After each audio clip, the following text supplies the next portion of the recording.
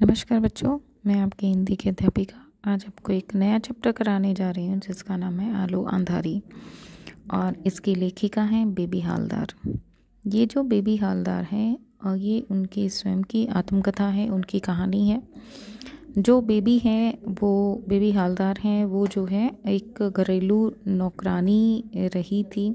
वहीं से उन्होंने पढ़ना लिखना सीखा और अपना लेखन कार्य शुरू किया। वो अपने जीवन की बातें जो हैं यहाँ पर हमें बताना चाहती हैं कि उनका जीवन किस प्रकार से रहा। और इस पाठ के द्वारा जो घरेलू जो नौकरानी होती है उनकी जीवन की व्यथा उन्होंने यहाँ पर प्रदर्शित की है कि उनको किस प्रकार के कष्टों को झेलना पड़ता है, क्या क्या उनको सहन करना पड़ता है, किन कठिनाइयों से उनको गुजरना पड़ता है। अपनी ही कहानी के माध्यम से उन्होंने यहाँ पर उन व्यक्तियों को यहाँ पर चित्रार्थ किया है। ये जो कहानी है आलू अंधारी, ये बेबी हालदार ने लिखी है और इस कहानी में या इस कथा में जो है उन्होंने घरेलू नौकरानी के जीवन की आत्मकथा को व्यथित किया है। बेबी अपने बारे में बताती है कि वो एक मकान के किराए में रह रही थी और उसे इस प्रकार बच्चों के साथ अकेली रहकर या देखकर जो है लोग उससे उसके पति के विषय में पूछते थे और वह किसी के भी प्रश्न का उत्तर न देकर बच्चों के साथ लेकर किसी काम की तलाश में निकल पड़ती थी। मेम साहब की कोठी के सामने की कोठी में सुनील नामक 30-32 वर्ष का एक युवक मोटर चलाता था। बेबी ने उसे कोई काम दिलाने के लिए कहा हुआ था क्योंकि अब वह पुरानी कोठी में काम नहीं करती है। सुनील ने उसे एक साहब से मिलवाया था। अगले दिन जब बेबी यहाँ काम करने आई तो उसने देखा कि एक 35-40 वर्ष की विधवा उसी घर में काम करने जा रही है। साहब ने उस औरत को काम से हटा दिया था। वह औरत भी जो है बंगाली थी। बाहर आकर उसने बेबी को गालियाँ देनी शुरू कर दी। बेबी ने उसे कहा कि यदि वह जानती होती कि यहाँ कोई काम कर रहा है तो वह नहीं आती। वह चली गई तो साहब ने उसे घर के काम समझा दिए। उसको ढेर सारा काम कम समय में निपटता हुआ देखकर साहब जो है आश्चर्यचकित रह गए थे। बीच बीच में साहब उससे उसके बारे में पूछते रहते। उसके बच्चों के बारे में जानकर उन्होंने उसे बच्चों को भी वहीं स्कूल में प्रवेश दिलवा दिया था। अपना पुराना घर छोड़कर वह दूसरे घर में रहने लगी, पर यहाँ बाथरूम की सुविधा नहीं थी। बेबी को सुबह बिना खाए पिए ही काम पर जाना पड़ता था। यहाँ का काम समाप्त कर वह अपने घर का काम करती थी। साहब उसका विशेष ध्यान रखते थे। कुछ दिन बाद उन्होंने उससे उसकी दिनचर्या पूछी तथा उसे पूरी सहायता देने का वादा किया। उन्होंने उसे अपना बाप, भाई, माँ, बंधु सब कुछ समझने के लिए कहा तथा उन्हें उनके बच्चों के सामने तातुश कहकर पुकारने के लिए भी कहा। तब से वह उन्हें तातुश ही कहने लगी थी। तातुश जो है का अर्थ होता है बड़ा भाई। तातुश के 3 लड़के थे जिनमें से उसने सिर्फ सबसे छोटे को देखा था। कुछ दिन बाद उन्होंने उसे बताया कि उनका बड़ा लड़का भी आ रहा है। तातुश को सुनील से पता चला कि बेबी ने घर बदल लिया है तो उन्होंने बेबी से पूछा कि घर बदलने की बात उसने उन्हें क्यों नहीं बताई थी। यह उन्हें बुरी लगी थी। एक दिन वह बंगला की कोई किताब खोल कर देख रही थी तो तातुश वहाँ आ गए। अगले दिन जब वह उन्हें चाय देने गई तो उन्होंने उससे पूछा कि क्या वह कुछ पढ़ना लिखना जानती है, तो उसने बताया कि वह 6ठी-7वीं तक पढ़ी है। उन्होंने उससे कुछ बंगाली लेखकों के नाम पूछे तो उन्होंने रविंद्रनाथ ठाकुर, नजरुल इस्लाम, शरद चंद्र, सत्येंद्रनाथ दत्त और सुकुमार राय के नाम बताए। वे बहुत प्रसन्न हुई और उन्होंने उसे तस्लीमा नसरीन की आमार में बेला पुस्तक पढ़ने के लिए दी। वह पुस्तक लेकर घर चली गई। उसने किताब पढ़ना अच्छा लगने लगा। तातुश के पूछने पर उसने बताया कि वह किताब पढ़ रही है। तब तातुश ने उसे पेन और कॉपी देते हुए कहा कि तुम इसमें वह सब बातें लिखना जो तुम्हें अपने होश संभालने के बाद से याद हैं। तातुश ने उसे भरोसा दिलाया कि वह ज़रूर लिख सकेगी। उस दिन से वह एक दो पृष्ठ या एक दो पेज जो है रोज़ लिखने लगी। तातुश भी उसको लिखना सुनकर बहुत प्रसन्न होते थे। वह अपना यह घर भी छोड़ देना चाहती थी क्योंकि यहाँ बाथरूम की सुविधा नहीं थी। जब तातुश को यह पता चला तो उन्होंने उसे ऊपर के बाथरूम का प्रयोग करने के लिए कह दिया।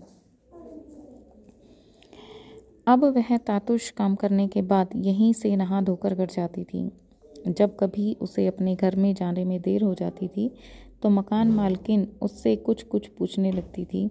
उसे यह सब देखना अच्छा नहीं लगता था। उससे उसके पति के बारे में भी बार बार पूछा जाता था तो वह उसके साथ क्यों नहीं रहता, वह इन सब से दूर रहना चाहती थी। तातुश के घर जाकर तथा उससे उसकी पढ़ाई लिखाई के बारे में चर्चा करना उसे सब कुछ बुला देता था। तातुश अपने कोलकाता और दिल्ली के बंधुओं को भी बेबी की पढ़ाई लिखाई के बारे में बताते रहते थे तथा वे लोग भी तातुश से उसके बारे में पूछते रहते थे। एक दिन बेबी घर में बैठी अपने बच्चों से बातें कर रही थी कि मकान मालिक के बड़े लड़के ने वहां आकर उससे इस प्रकार की बातें करनी शुरू कर दी कि उससे जवाब देने में भी शर्म आ रही थी। तब उसने यह घर छोड़ने का निश्चय कर लिया। वह काम पर आते जाते घर ढूंढने का प्रयास करती रहती थी। एक दिन जब वह काम से लौट रही थी तो उसके बच्चे रोते हुए दिखाई दिए और उसने बताया कि उनका घर तोड़ दिया गया है। उसके घर का सारा सामान बिखरा पड़ा था। आसपास के अन्य घर भी तोड़ दिए गए थे। लोग अपना अपना सामान लेकर नए घर की खोज में चल गए थे। वह वहीं बच्चों के साथ रोने बैठ गई। वहीं पास ही उसके दो भाई रहते थे जिन्हें पता था कि उसका घर तोड़ दिया गया है, परंतु उसकी सहायता करने के लिए नहीं आए थे।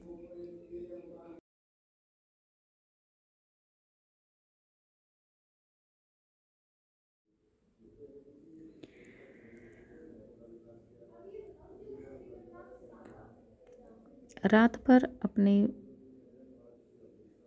बच्चों और भोला दा के साथ वहीं खुले में पड़ी रही। सुबह भोला दा के साथ तातुश के घर गई। बेबी से सारी बातें सुनकर उसने कहा कि वह रात को ही यहाँ क्यों नहीं आई। उन्होंने बेबी को छत पर एक कमरा खाली कर रहने के लिए दे दिया। अब बेबी घर का खाना बनाना आदि कार्य बिना किसी के कहे अच्छी प्रकार से करने लगी। तातुश उसे सारा दिन काम में लगे देखकर कभी कभी उसके पास बैठकर बातें करने के लिए करते तो उससे उसके बच्चों के बारे में भी पूछती। वे उसे उसके बच्चों के लिए रोज आधा लीटर दूध भी देने लगे थे। वे उसे एक नौकरानी नहीं बल्कि अपनी लड़की जैसा मान रहे थे। उसके तथा उसके बच्चों के बीमार होने पर डॉक्टर से इलाज कराते थे। उसे इस घर में खाने पीने पहनने आदि किसी की भी चीज़ का भाव नहीं था। उसे लगता था कि वह इस घर की नौकरानी नहीं सब कुछ है। तातुश ने एक दिन उससे उसके बड़े लड़के के बारे में पूछा तो वह बता नहीं सकी कि वह कहाँ है। तब तातुश ने ही खोजबीन करके एक दिन उसके बड़े लड़के से टेलीफोन पर बात करा दी। बाद में तातुश उसे घर ले आए जहाँ उसका बड़ा लड़का काम कर रहा था। वह उसे अपने पास रखना चाहती थी पर तातुश उसे फ़ोन पर अपने लड़के से बात करने के लिए कह देते थे। काली पूजा के दिनों में तातुश ने बेबी को कहा कि वह इन दिनों में कुछ दिनों के लिए अपने बड़े लड़के को यहाँ ले आए। यह सुनकर बेबी बहुत प्रसन्न हुई। तातुश ने बेबी के बड़े लड़के को एक ऐसे घर में काम दिलाने का आश्वासन दिया जहाँ उसकी पढ़ाई लिखाई भी हो सके। बेबी को 3 बच्चों और अपना बोझ तातुश पर डालना अच्छा नहीं लगता था। वह खाना हिसाब से बनाने लगी पर तातुश उसे अपने सामने ही खाना खाने के लिए कहने लगे। तातुश के छोटे लड़के अर्जुन के 2 बंधु सुखदीप और रमन भी वहाँ रहने लगे थे। वे भी बेबी का पूरा ध्यान रखते थे तथा अपने आवश्यकताओं के बारे में उसे बता देते थे। रमन ने तो बेबी को खाने की अनेक चीज़ें बनाना भी सिखा दिया था। वह उसे अपने बच्चों की पढ़ाई लिखाई पर ध्यान देने के लिए भी कहता था। वह शाम को बच्चों के साथ पार्क में जाने लगी थी। वहाँ उसकी भेंट 20-22 वर्ष की बंगाली लड़की सुनीति से हुई जो एक बच्चे को वहाँ घुमाने लाती थी। सुनीति ने बचपन में ही अपने माँ बाप को खो दिया था। उसके मामा और नानी ने ही उसे पाल पोस कर बड़ा किया था। कुछ दिन के बाद सुनीति अपने घर चली गई। अब पार्क में बेबी का मन नहीं लगता था। उसने वहाँ जाना छोड़ दिया और पढ़ने लिखने में समय बिताने लगी। उसने अब तक जो कुछ लिखा था उसकी फ़ोटोकॉपी तातुश ने अपने एक मित्र को कोलकाता भेज दी थी। एक दिन तातुश ने बेबी से कहा कि उसका पत्र कोलकाता से आया है, जिसे उसने एक मित्र ने भेजा है। तातुश ने उसे वह पत्र पढ़कर सुनाया, जिसमें उन्होंने बेबी के लेखन की प्रशंसा की थी तथा उसकी रचना को किसी पत्रिका में छपवाने की बात भी लिखी थी। उन्होंने उसे निरंतर लिखते रहने की प्रेरणा भी दी थी। एक दिन वह खाना बनाकर तथा प्लेट को उल्टा कर रखकर लिखने पढ़ने में लग गई। इसी बीच रमणदा ने आकर उल्टी प्लेट में ही खाना डालकर खाने लगा तो सब्जी की तरी नीचे करने लगी, और जब वह उसे इसका कारण समझ में आया तो वह जोर जोर से हंसने लगा कि वह भी अपनी हंसी न रोक सकी। यह सुनकर तातुश भी हंसने लगे। तब तातुश ने उसे याद दिलाया कि उसके बंधु के आए हुए पत्र का उत्तर उसे ही देना है। तो बेबी ने यह कहा कि उसे पत्र लिखना नहीं आया। तो तातुश ने बोला कि जैसे भी बने वैसा ही पत्र उसे ही लिखना होगा। बेबी सोच में पड़ गई, क्योंकि उसने कभी किसी को ऐसे पत्र नहीं लिखा था। फिर तातुश ने विचार कर उसने उसे जेठू संबोधन से पत्र लिखा। उस पत्र के उत्तर में जेठू ने उसे निरंतर लिखते रहने की प्रेरणा देते हुए लिखा कि आशापूर्णा देवी भी घर के सब कामकाज निपटा कर लिखती थी। तुम भी दूसरी आशापूर्णा देवी बन सकती हो, इसलिए लिखती रहो। इस प्रकार जेठू, तातुश और तातुश के दिल्ली के मित्र रमेश बाबू भी उसे लिखने के लिए निरंतर प्रेरित करते रहे। तातुश उसके लिखे हुए को फ़ोन पर भी उन्हें सुनाती थे। उनके मित्र ने बेबी के लेखन को एनी फ्रैंक की डायरी के समान बहुत अच्छा बताया। जब बेबी ने तातुश से एनी फ्रैंक के संबंध में पूछा तो उन्होंने बताया कि एक पत्रिका से उसकी डायरी के कुछ अंश पढ़कर बेबी को सुनाए तो उसे बहुत अच्छा लगा। कोलकाता में किसी विद्यालय में पढ़ाने वाली शर्मिला दी भी बेबी के लेखन से प्रभावित होकर उसे लिखने रहने के लिए प्रेरणा देती रहती थी। विभिन्न पत्रिकाओं में उनकी कहानियाँ प्रकाशित होती थी। वे उससे उसके बच्चों का हालचाल भी पूछती रहती थी। बेबी को लेखन कार्य में प्रोत्साहित करने वाले जेठू के एक बंगाली बंधु आनंद भी थे। उन्होंने जेठू के घर उसकी रचना का पहला खंड पढ़कर उसे लिखा था कि उन्हें उसकी रचना अच्छी लगने लगी है। उसके जीवन के अनुभवों को इस प्रकार सहज भाव से लिखना इतना सहज नहीं होता जैसा कि उसने लिखा है। उन्होंने उसे नारी अत्याचार, असुविधा, दुर्दशा, आर्थिक कष्टों के संबंध में लिखने की प्रेरणा दी। इसके साथ ही उन्होंने अपना एक लेख भी भेजा, जिसे उसने तातुश के समझाने पर कुछ समझा था। एक दिन सुबह सुबह बेबी के पिताजी वहां आ पहुंचे। उसने माँ के बारे में पूछा तो उसे पता चला कि उसकी माँ तो 6-7 महीने पहले ही गुजर चुकी है। वह कुछ देर माँ को याद करके सिसक कर रोती रही।